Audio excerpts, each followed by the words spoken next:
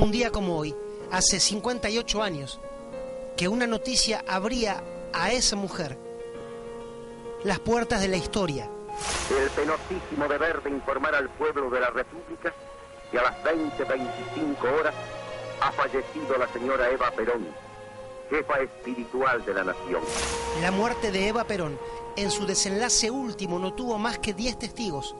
El general Perón, los médicos y ella, María Eugenia Álvarez, su enfermera personal. Esto se sabía del día anterior, del día 25 ya a la tarde, se sabía.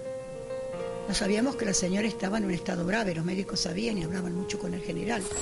La señora Álvarez da cuenta de los últimos momentos de Evita. Ella trabajó hasta el fin, dice.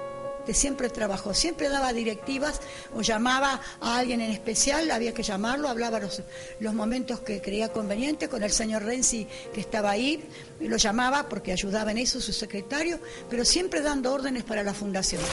Murió como vivió, asegura su enfermera. Evita, agrega, no quiso ser distinta a sus amados cabecitas, ni en privilegios, ni en lujos, describe. Se llevó a la cama de un hospital Perón, la cama que se usa para todos los pacientes comúnmente, con sus 2 pijamitas, sencillos, jamás maquillada. En ese íntimo e irrepetible diálogo paciente-enfermera fue que Eva Perón le confesó a la señora Álvarez una peculiar tristeza que ocultaba. Y a mí me hubiera gustado muchísimo tener hijos, pero si yo hubiera tenido hijos no podía ayudar en esta empresa al general Perón. Todo lo que yo quería hacer por los niños era su desvelo total. Por eso yo me prohibí de tener hijos. Porque la acompañó hasta el último suspiro. Es que María Eugenia Álvarez se apasiona en el recuerdo. Fue regente de la Escuela de Enfermería de la Fundación Eva Perón. Esa organización, dice, que buscó poner arriba a los de abajo. Y Eva Perón potenciaba eso, que ese argentinito que nacía en esa chocita, lo que fuera, saliera al mundo, es decir, ayudar a sus padres para cuidarle primero la salud, para que fuera un buen ciudadano, darle educación y luego enseñanza. Y de ahí salían los valores. Yo no quise ni quiero nada para mí. Mi gloria es y será siempre el escudo de Perón y la bandera de mi pueblo.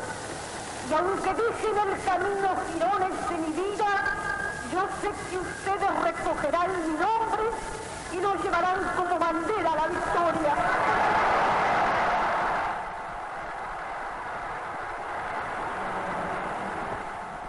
Si Evita se hubiera sometido a un tratamiento apenas se sospechó que tenía cáncer, ¿podría haber sobrevivido? La pregunta estremece. ¿Sí? La respuesta es en principio sí. La historia clínica comienza el 9 de enero de 1950, Rodolfo. Eva Perón estaba en un relevamiento, en una inauguración sindical y se siente mal. Empieza con malestar general, hipotensión arterial y dolor inguinal. Se retira, la llevan rápidamente a la residencia presidencial, que en ese momento estaba donde hoy está la Biblioteca Nacional, en Avenida Libertador y Austria. La revisa el doctor Oscar Ivanišević, que era médico, era cirujano y era el ministro de Educación. ¿Qué le diagnostica? Diagnostica a Rodolfo apendicitis. Le da analgésicos para calmar el dolor, le da antitérmicos para bajar la temperatura. Al día siguiente la operan en el Instituto del Diagnóstico, ex Charcas 2300, y la operan de apéndice. Está en la operación el general Perón, el presidente de la Nación en ese momento, y cuando opera se da cuenta que no era apendicitis. El apéndice estaba bien. El apéndice estaba normal, revisa el abdomen con la mano, no encuentra nada, pero plantea una duda diagnóstica. ¿Por qué había tenido ese síntoma, que era un síntoma abdominal? A los 3 días la paciente se va de alta, tiene una conversación con el doctor Ivanišević, hay una falta de comunicación adecuada, una relación médico-paciente inadecuada.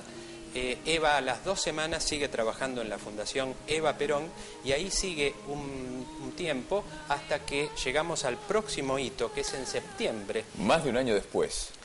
18 meses 18 después. meses después. ¿Qué es lo que le ocurre? Ella empieza con decaimiento general, empieza a perder peso. Y ahí sí le diagnostican cáncer de cuello de útero. Ahí le hacen, Rodolfo, una biopsia, diagnostican cáncer de cuello de útero, le dan el diagnóstico al general Perón. ¿Ella sabía? No Eva. se lo dicen a la No paciente. le dicen a Eva que tenía cáncer. No, hasta esa altura Eva Perón no sabía que tenía cáncer. ¿Por qué?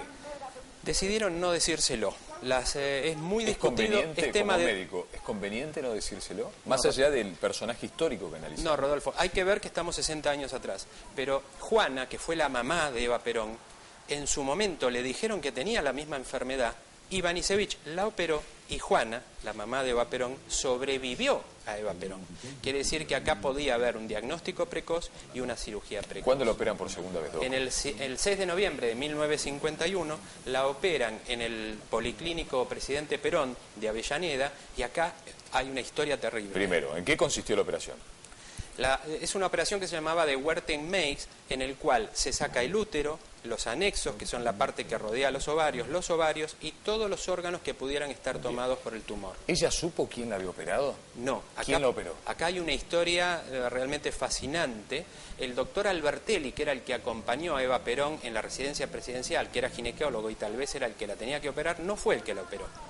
Cuando Eva todavía estaba anestesiada, en el salón de cirugía, en el acto quirúrgico, ingresa el doctor George Pack, que es un médico americano especialista en cáncer, en oncología, ingresa cuando la paciente está anestesiada, es decir, dormida, sin conciencia, y la opera. En la cirugía está Pack, que la opera, Albertelli, que lo secunda, lo ayuda como segundo cirujano al doctor George Pack, que viene de Estados Unidos para hacer esta intervención, y el profesor Finocchieto, un maestro de la medicina de Argentina, de la cirugía argentina, estaba en la operación. Ella siempre creyó que era Finocchieto que la había operado. Tanto fue así que después de la operación le dice al presidente Perón: debemos agradecer al profesor Finocchieto, y lo condecoran en la CGT por haber salvado la vida en la cirugía a Eva Perón. ¿Cómo sigue la enfermedad de Eva? La enfermedad sigue en los próximos meses mal, después de la cirugía, con pérdida de peso, anemia. La pérdida de peso fue irreductible. El que cuidaba el intendente... Le hacían como si fuera una trampa en la balanza. Sí, el intendente de la residencia presidencial hacía una trampa en la balanza para que Eva no notara que perdía tanto peso. Pero la verdad es que clínicamente y médicamente la pérdida de peso fue irreductible, los dolores eran cada vez peores y eran tratados con morfina, perdía glóbulos rojos, con lo cual tenía que ser transfundida, y en ese momento Pack, que ya había vuelto a Estados Unidos, envía a la República Argentina las primeras dosis de quimioterapia que llegan a nuestro país. Para ella. Para Eva Perón, que recibe las primeras 20 ampollas de un quimioterápico que se llamaba mostaza nitrogenada, pero la evolución fue negativa. El profesor Finocchieto en su momento se da cuenta que respiraba con dificultad y consulta a otro maestro de la medicina argentina, que era el doctor Tacchini. Diagnostica metástasis pulmonar. Vamos a la última placa y es el desenlace, 26 de julio de 1952. Con 36 kilos de peso, Renzi nada pudo hacer con la balanza ni con el engaño de la balanza. Con 36 kilos de peso, a las 20:25 del 26 de julio de 1952, con 33 años de edad y 2 años y medio de evolución de enfermedad, muere Eva Perón. Hoy la prevención evita este tipo de muertes. Sí. En la década del 50 aparece el Papa Nicolau, que fue desarrollado por un médico griego que trabajó en Estados Unidos y que después hubo un trabajo muy importantísimo de Tita Merello promoviendo: muchacha, hacete el Papa Nicolau. Tita Merello cambió, yo creo que salvó muchísimas mujeres en la República Argentina, imponiendo la realización del Papa Nicolau. Un estudio de imagen, doctor, ¿no? Porque hoy hubiera sabido instantáneamente lo que tenía. Hoy la evolución, Cristina, hubiese sido totalmente otra, la historia clínica hubiese sido otra y la historia argentina hubiese sido otra. Gracias, Doc. No, por favor.